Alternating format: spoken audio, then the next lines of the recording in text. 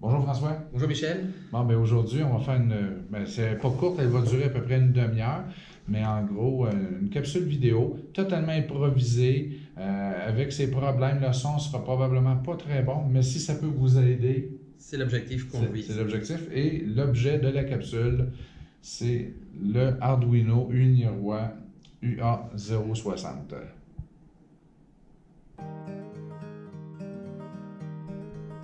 Bonjour François. Bonjour Michel. Eh ben là, on fait une vidéo, c'est de la pure improvisation. On a reçu un ensemble de bolides Arduino, hein? Oui, Uniroy Smart Card Kit UA060. Et là, vous allez pouvoir voir qu'on a déjà ouvert la boîte hier pour se rendre compte que, il faut qu'on fasse quelque chose avec ça. Et il y a quand même peu de ressources, surtout en français. Donc, on a tenté de refermer la boîte. Une mauvaise expérience. On n'est pas aussi efficace que les emballeurs chinois, semble-t-il. Mais disons que c'est flambant neuf qu'on vient de l'ouvrir. Donc, allons-y, on va faire le petit tour. On découvre donc le User Guide. Oui, en bon québécois, le User Guide, c'est ça. C'est ça. Ensuite, un plateau avec des petites pochettes remplies de différentes pièces. On soulève la petite pellicule protectrice pour trouver la carte mère, si on peut appeler ça comme ça. Oh oui, c'est ça. Ça va être on va l'appeler le frame de la voiture, la structure. Et ensuite... En passant, on n'a pas plus de... C'est la première fois qu'on voit ça, nous autres aussi. Oui, là, hein? oui, C'est on n'a jamais travaillé là-dessus. D'autres pochettes, un magnifique CD. Le vôtre aura peut-être quelque chose d'imprimé dessus, là, mais on imagine que c'est écrit en blanc sur du blanc. D'autres pochettes contenant des cartes électroniques et 4 roues, un câble USB, un chargeur, des moteurs et surtout 2 magnifiques tournevis.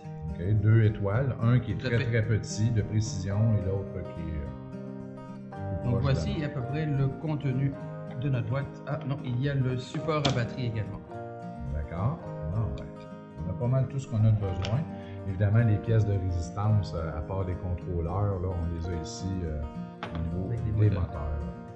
Donc, c'était ça pas mal le unboxing, hein, l'ouverture initiale. Vous remarquerez une chose, hein, puis c'est la raison pour laquelle on fait la vidéo ici aujourd'hui. Le user guide, Oui. il est en anglais. Magnifique. Mais il est en anglais, c'est très clair, c'est illustré. Par contre, on va quand même essayer de vous accompagner en français le mieux possible pour débuter l'expérimentation des bolides Arduino. Donc, bonne expérimentation. Merci.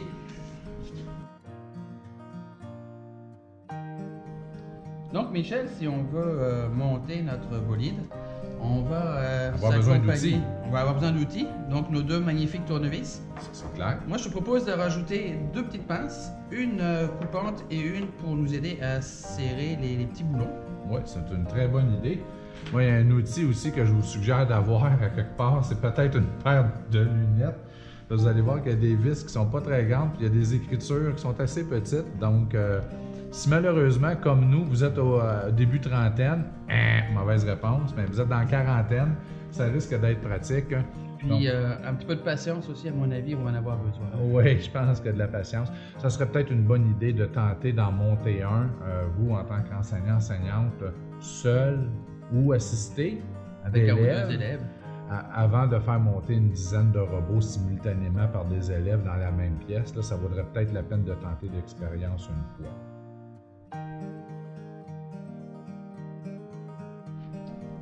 Michel, quelles sont les caractéristiques de notre bolide? On va y aller assez rapidement, d'accord?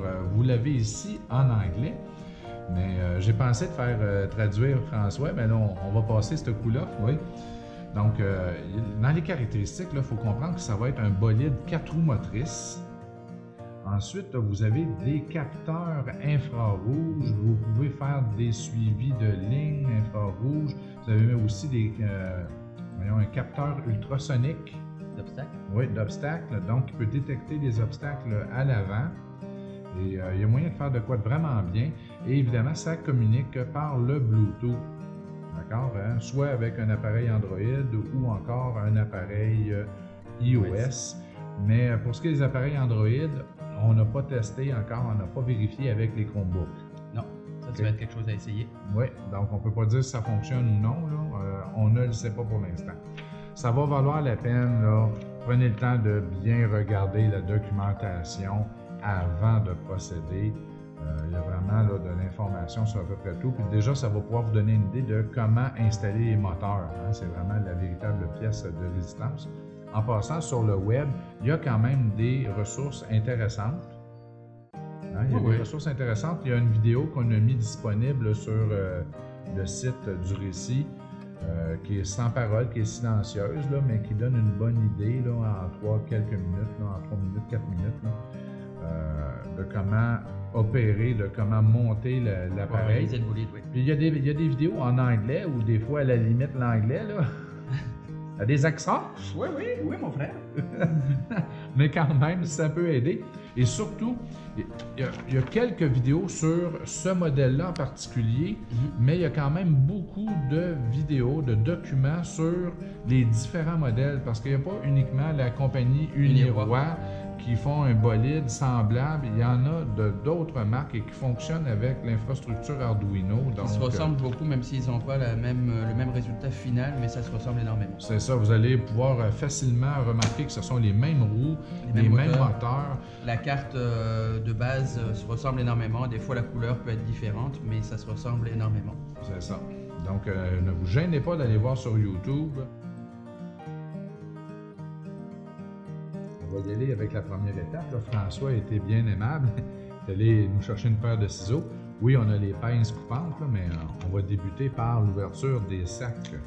Là, vous avez remarqué que ce sont des sacs qui protègent l'électricité statique. Donc, il serait peut-être recommandable de ne pas réaliser l'opération, particulièrement si c'est sec dans votre établissement. Là.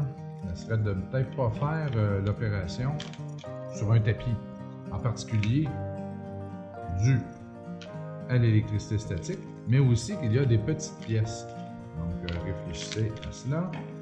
Pour les élèves, le pupitre, c'est peut-être une petite surface, donc on pourrait peut-être opter pour une autre surface que le pupitre de l'élève, parce qu'il y a un risque de perte de pièces. Donc, on ouvre les sacs, on explore, on regarde. Il n'y a rien de vraiment fragile. Par contre, quand on ouvre des sacs, il y a certains modules qui ont des fils. Il faudrait faire attention aux fils lorsqu'on ouvre le sac. Bon. François, as-tu une petite décision à porter par rapport au montage du bolide? Oui, c'est un bolide qu'on va monter une seule fois. Donc, une fois qu'il est monté, on n'a plus besoin de retoucher les pièces, logiquement. Et après, on va travailler la programmation avec ce bolide, mais on le monte une seule fois uniquement. Donc, Michel, on va commencer par le début.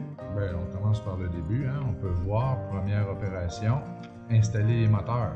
Donc, sur notre carte de départ. Ouais. Par contre, il y a une procédure à effectuer. Il faut enlever des petits morceaux qui sont fixés sur la carte, mais qui normalement se découpent très bien. On va faire le test. Oui, on va voir si normalement ça s'applique ici. Donc moi, j'ai prévu une petite paire de pinces pour nous aider à couper les morceaux. Normalement, c'est pré-découpé, donc ça se casse relativement facilement. Par contre, on peut voir qu'il y a un petit morceau qui reste qu'il faut enlever ici. Ces petites pièces-là, il faut faire attention, elles vont nous servir, donc ne pas les perdre, c'est pas à acheter tout de suite.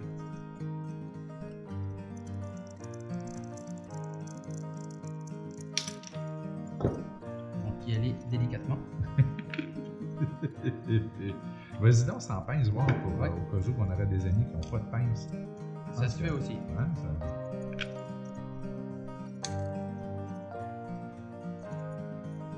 La pince, c'est un bon outil, mais on peut y arriver sans la paire de pince. C'est plus le petit morceau-là qui est difficile à défaire. Et voilà. Donc, on enlève les 8 petites plaques. Il y en a 8 au total. C'est ça. Et vous n'avez pas à craindre de manipuler ces pièces. Il n'y a pas de circuit imprimé sur celle-là. Donc, quand même que vous laisserez un peu de sébum, un peu de gras, il n'y a pas de problématique. Il y a d'autres pièces qui ont des circuits imprimés, alors on se gêne de trop les manipuler. Donc, Michel, comme on peut voir, les 8 morceaux ont été enlevés. Et on se retrouve avec notre plaque principale ainsi faite. Et voilà. Donc, Michel, on va commencer par installer le premier bloc moteur. Oui, mais là, il faut remarquer une chose. Depuis le début, on a la plaque avec le uniroi faisant face vers le haut avec les connecteurs. Mais pour installer les moteurs, François, Il faut retourner notre plaque, comme ça. Et devinez ce qu'on voit ici. le dessin des 4 moteurs. Donc, on voit où et dans quel sens on va installer les moteurs. Les 4 moteurs sont identiques. D'accord? On va avoir besoin de nos petites plaquettes qu'on a coupées tout à l'heure. Oui. Ensuite, on va ajouter les grandes vis qui sont là. Il en faut 2 pour chaque moteur. Donc, on en a 8 au total, Tout à c'est fait. 5. OK. Puis, même chose pour les plaquettes, on a besoin de 2 plaquettes par moteur, c'est Oui. ça? Et on va avoir besoin de 2 échos. Donc, on est prêt à assembler notre premier moteur. Le premier moteur. Ça s'assemble quand même relativement bien. Vas-y, je vais te laisser faire. Donc, Mais il est possible que pour des enfants, une troisième main soit pratique, donc travailler en équipe. tout à fait. Donc, on insère la plaquette dans la petite fente qu'on retrouve ici, sur le côté du moteur. Oui. Première chose à faire. Ensuite, comme illustré sur le dessin, faire bien attention puisqu'on a des connecteurs électriques, donc les placer du bon côté. Et ce qu'on peut observer, Michel, c'est que sur nos moteurs, on a 2 gros trous qui vont nous permettre de passer nos vis dedans. Avant, on va Mais faire- avant, il va falloir qu'on insère nos petites plaquettes. Donc, la tête du moteur est en avant, Donc, le moteur est ici, les engrenages vers l'extérieur, tout à fait. les moteurs vers l'intérieur. De toute façon, on le voit bien, ça va se brancher sur les connecteurs rouges qui sont ici. Donc, j'insère au départ la vis dans la première plaquette. Je mets mes 2 vis Et les vis, on va les insérer de l'extérieur vers l'intérieur. vers l'intérieur. Elles vont passer à travers notre moteur. De l'autre côté. De l'autre côté, la plaquette. Donc, c'est important, hein, elle a une forme de T. Une forme de T. Donc, il est important que les 2 T soient alignés. Et ensuite, je viens insérer mes 2 vis dans le trou de la petite plaquette de l'autre côté. À partir de là, je vais venir fixer mes échos. Donc, avec nos doigts de fée, on va s'amuser. Ah, tu as des échos? Je vais te laisser faire. C'est peut-être là que les pinces à long nez, là, à long bec, pardon, Vont nous aider. pourraient aider. D'accord? Ou la troisième main.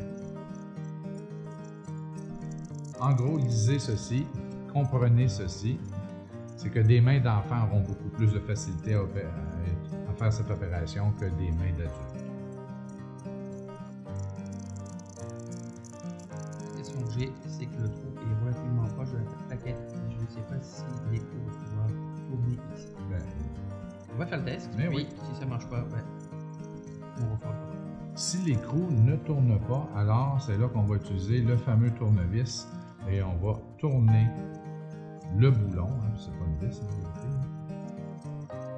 Au lieu de tourner le boulon.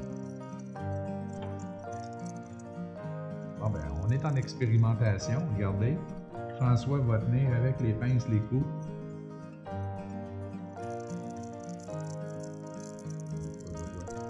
Ah, oui, on l'a comme ça. Et voilà. 4 mains, ça peut être pratique. Hein, on va apporter une précision à ce qu'on avait dit. 3, ça peut être bien. 4, c'est mieux. Et la paire de pinces, bien pratique. Oui. Vous n'êtes pas obligé d'avoir une paire de pinces par équipe, mais on va s'entendre qu'avoir une ou 2 paires de pinces pour le groupe, ce serait bien. Donc Michel, notre premier moteur est installé. Oui. Si on remet la plaque comme on l'avait au départ, on voit nos 2 petites plaquettes qui sont ici, qui dépassent. Oui. Et notre moteur se trouve dessous. Il va nous rester à le connecter par la suite. Bon, ben, c'est parfait. On va y aller avec On les 3 insère autres les moteurs. 3 autres moteurs. Ouais. Donc Michel, on a fini par assembler nos 4 moteurs. Ben oui, on n'est peut-être pas des chirurgiens, mais on opère. Oui, Hein, ça nous a pris 32-33 secondes. Environ par moteur. Ouais, non, peut-être un petit peu plus. Là. Ouais. L'opération vient prendre approximativement 8 à 10 minutes. Le plus difficile, c'est de fixer ces écrous qui sont ici. Donc faire attention de ne pas sortir la vis au complet, pousser les coups sur la plaquette, puis ensuite visser la vis pour qu'elle rentre dans les trous. Mais ça se fait quand même Ça se fait relativement bien. Puisque maintenant nous avons terminé l'installation des moteurs, nous sommes rendus au branchement des moteurs. Vas-y François. Donc on fait attention, il y a un sens pour mettre les petits connecteurs en place. Il suffit éventuellement, on peut prendre une paire de pinces pour s'aider à les rentrer.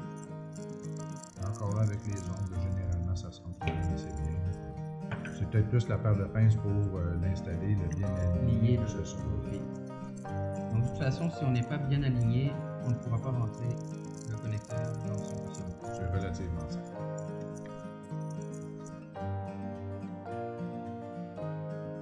Donc nos 4 moteurs sont reliés à leur connecteur. Ouais. Donc l'étape suivante, c'est d'insérer les roues. Insérer les roues. Et on peut voir que c'est un produit anglais avec de l'humour anglais parce qu'on parle bien ici de pneus de qualité avec des tubes intérieurs. Laissez-moi en douter un peu. Donc il nous suffit d'insérer la roue. Là aussi il y a un sens pour la rentrer.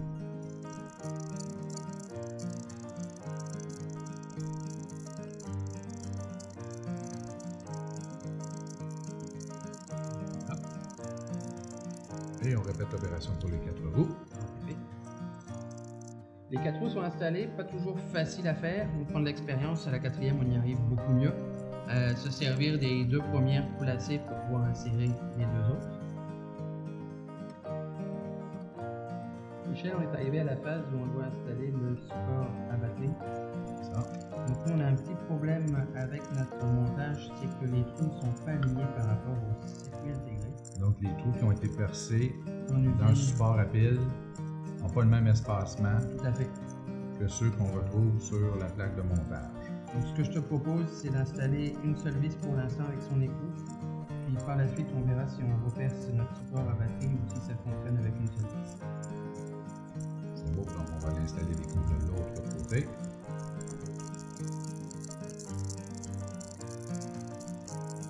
Évidemment, vous ne rencontrerez pas ce problème, donc vous pourrez tout simplement installer les 2 vis, les 2 écouts sans difficulté. Michel, tu veux bien Bien sûr. visser pendant que je vais tenir les trous de l'autre côté.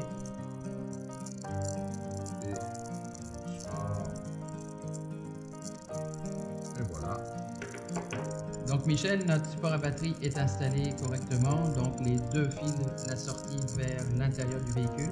Il nous reste à connecter au branchement au bon endroit. On trouve ici juste derrière le moteur. Donc on vient insérer la petite fiche à sa place. Avec nos ongles, on pousse dessus. Puis on peut s'assurer de placer le fil correctement sur le côté du moteur. De façon à ce qu'il ne nuise pas au fonctionnement du véhicule. Et voilà. Et là, nous arrivons maintenant à la 4e étape, soit l'installation du circuit Arduino. Donc le circuit Arduino, il est facile à repérer, blanc d'abord. Puis de l'autre côté, comme on peut voir, on a une série, 2 séries de connecteurs ici. 2 séries de connecteurs, il y a un bord qui est plus long que l'autre. Et sur notre carte, on peut remarquer que de ce bord-là, c'est plus long que de celui-ci. Donc il suffira d'aligner les connecteurs les uns sur les autres. De toute façon, on aura ici le port USB ainsi que d'alimentation. Il faut qu'il pointe vers l'extrémité du véhicule. Tout à fait. Et non vers l'intérieur. Donc je pose la carte sur les connecteurs et je l'insère délicatement pour qu'elle arrive à sa place. On appuie quand même fermement pour que tous les connecteurs soient reliés et on arrive à se relier. Michel, qu'est-ce qu'on ajoute comme pièce après? C'est le module de contrôle pour les moteurs. Pour faire attention, c'est écrit module, là, c'est module, il manque un U. Donc elle se présente ainsi. Oui, L'avant est comme ça, du moins elle va venir se positionner comme ceci. c'est ça. Cependant, il va falloir utiliser des petits supports pour la faire tenir sur la plaque d'origine. Donc nous, ce qu'on vous propose, c'est de fixer nos supports d'abord sur la plaque maîtresse. Et ensuite, on viendra insérer les connecteurs au bon endroit et visser ensuite la plaquette dans les 2 tubes C'est ça. métalliques. Si vous regardez, nous sommes à l'étape 5 et eux suggèrent d'installer la plaquette en premier et ensuite d'installer les supports. On vous recommande d'installer les supports en premier. Donc, nous avons terminé la 5e étape. Tout à fait. L'étape suivante, Michel, correspond à... Ça va être l'installation des modules de suivi de ligne, les modules infrarouge de suivi de ligne. Ce sont ces pièces qui se trouvent ici. D'accord. Elles vont être fixées chacune sur 2 supports métalliques. Oui. Support de 25 mm. Et Et on va utiliser 8 vis M3 de 6 mm. Donc, ils sont ces vis qu'on utilise depuis le début. C'est ça. Puis, nos deux tubes vont venir s'insérer dans les fentes qu'il y a ici. Donc, il n'y aura pas de difficulté pour l'alignement des tubes.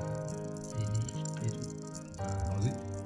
Donc, ce que je propose, c'est de commencer par visser la petite plaquette sur le support.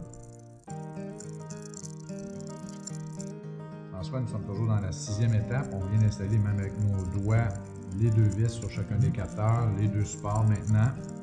Maintenant, on va mettre le véhicule sur le côté pour insérer la vis dans les tubes à travers la petite fente. Les 4 mains ici, c'est peut-être pas nécessairement un luxe. Bon, ça va être pratique. Bon, ben François, on est encore à la 6e étape. On a ici les détecteurs infrarouges de ligne, okay, un à gauche, un pour la droite. Avec nos doigts, on a installé les deux vis, les deux supports. Maintenant, ce qu'on fait? Il faut donc fixer nos deux plaquettes à notre support principal. Mais, par contre, c'est ça. Il ne faut pas les mettre sur le dessus. Il faut retourner le véhicule car nos détecteurs vont être sous le véhicule. Donc, on va vraiment faire face à la surface. Exact. Et pour se faciliter l'installation, on va mettre l'appareil de côté. Michel va placer les plaquettes et je vais pouvoir insérer mes petites vis.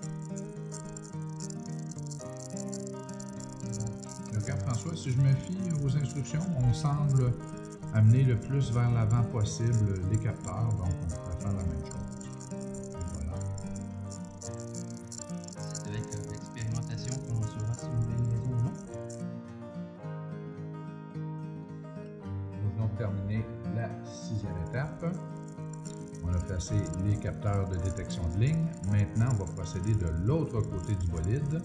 Donc on retourne. Ouais. Nous allons installer les deux capteurs de détection d'obstacles.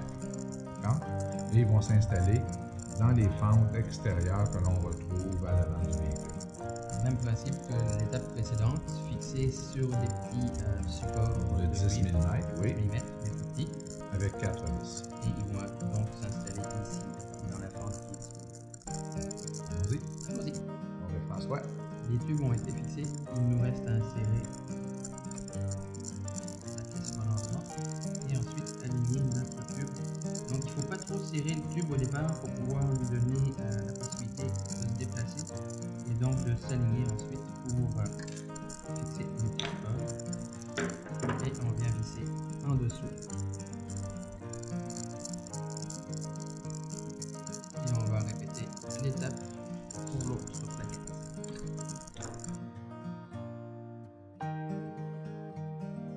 Donc François, on était à la fin de l'étape 7, on a installé les deux capteurs. On a vraiment bien Serrer, ajuster nos tubes et nos vis. parfait. Maintenant, on est prêt à procéder à la 8e étape, Tout à fait. qui est l'installation des yeux du bolide, Donc cette pièce-là. donc du module d'ultrasons. C'est fait. ça. On va l'installer, il se branche dans le connecteur ici à l'avant, tout simplement. Évidemment, les yeux Vers présents. l'extérieur. Ben oui. Et voilà. Et le tour est joué pour la 8e étape. Michel, à quelle étape sommes-nous rendus? Nous sommes rendus à la 9e étape, l'installation du module. Bluetooth. Ben, allons-y. Donc faire attention, il y a une protection plastique sur cette plaquette-là. C'est pas pour être enlevé, on va la laisser telle quelle. On va venir insérer la plaquette ici dans les connecteurs. Faire attention que la plaquette se rapproche de la plaquette rouge ici. Ne pas faire l'inverse. Si vous faites l'inverse, les connexions ne seront pas alignées et ça ne fonctionnera pas bien. Donc, les puces de la plaquette s'éloignent du module de contrôle des moteurs. Tout à fait. Voilà. Donc, maintenant, nous voici rendus à la 10e étape. D'accord? Oui. Donc, on va placer les fils. Donc, c'est le câblage. On a deux sortes de fils. On a des fils qui ont un connecteur de chaque côté, des connecteurs noirs. Donc on en a deux comme ça. Puis on a trois câbles où on a un connecteur blanc d'un côté et des fils dénudés de l'autre. Donc on va commencer avec les deux qui sont équipés des supports noirs qui se fixent à l'arrière, pardon pas à l'arrière mais en dessous du véhicule.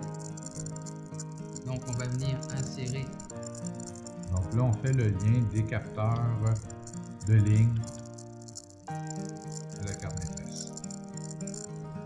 maintenant la seconde partie de l'étape 10, Donc, de ce côté-ci du véhicule. tout à fait. Donc, il faut placer les fils au bon endroit dans les connecteurs. Donc les trois. On va utiliser le petit tournevis noir qui va être là.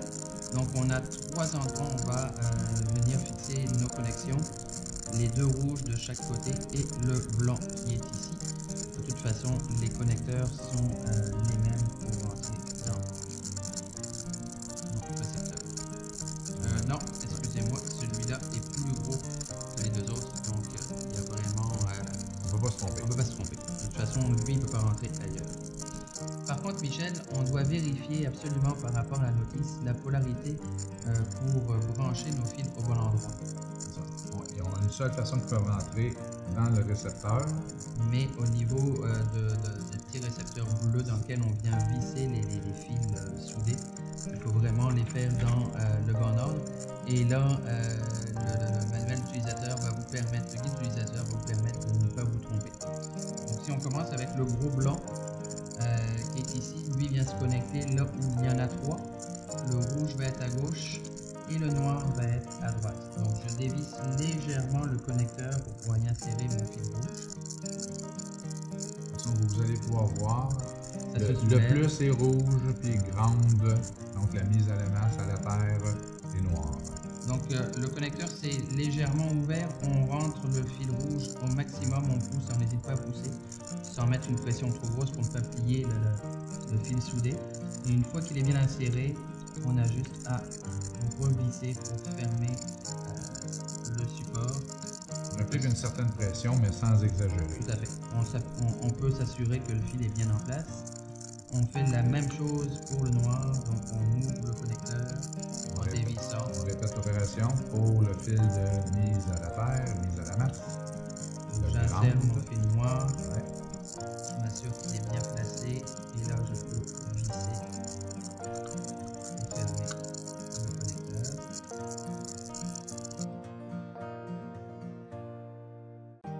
Donc François, on vient de terminer la 10e étape. Le seul autre fil que peut-être les gens n'avaient pas branché, c'était le fil pour le compartiment batterie. Branché ici. Nous on l'avait branché en même temps. On l'avait fait en même temps, c'est ça.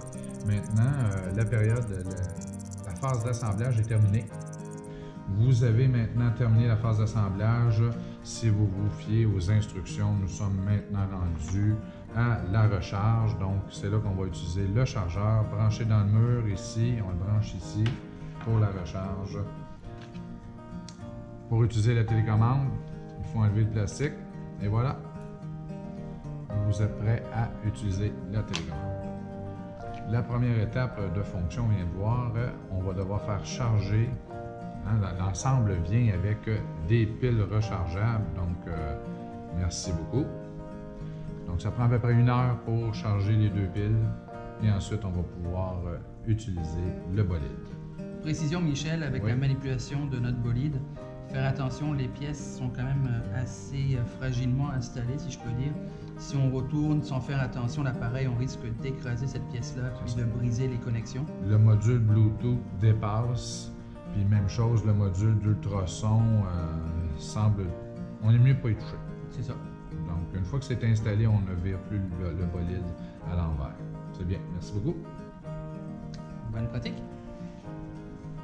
François, une fois que le véhicule sera rechargé, il nous suffit d'appuyer sur l'interrupteur ici. Donc, on voit que les lumières s'allument. Et après ça, vous pouvez utiliser la télécommande pour vérifier le bon fonctionnement de l'appareil. Ne pas faire comme nous. Ne l'utilisez pas sur une table, mais plutôt par terre. Ça va éviter les dégâts. La loi de Murphy, elle s'applique en robotique, particulièrement en robotique. Donc, bonne expérimentation.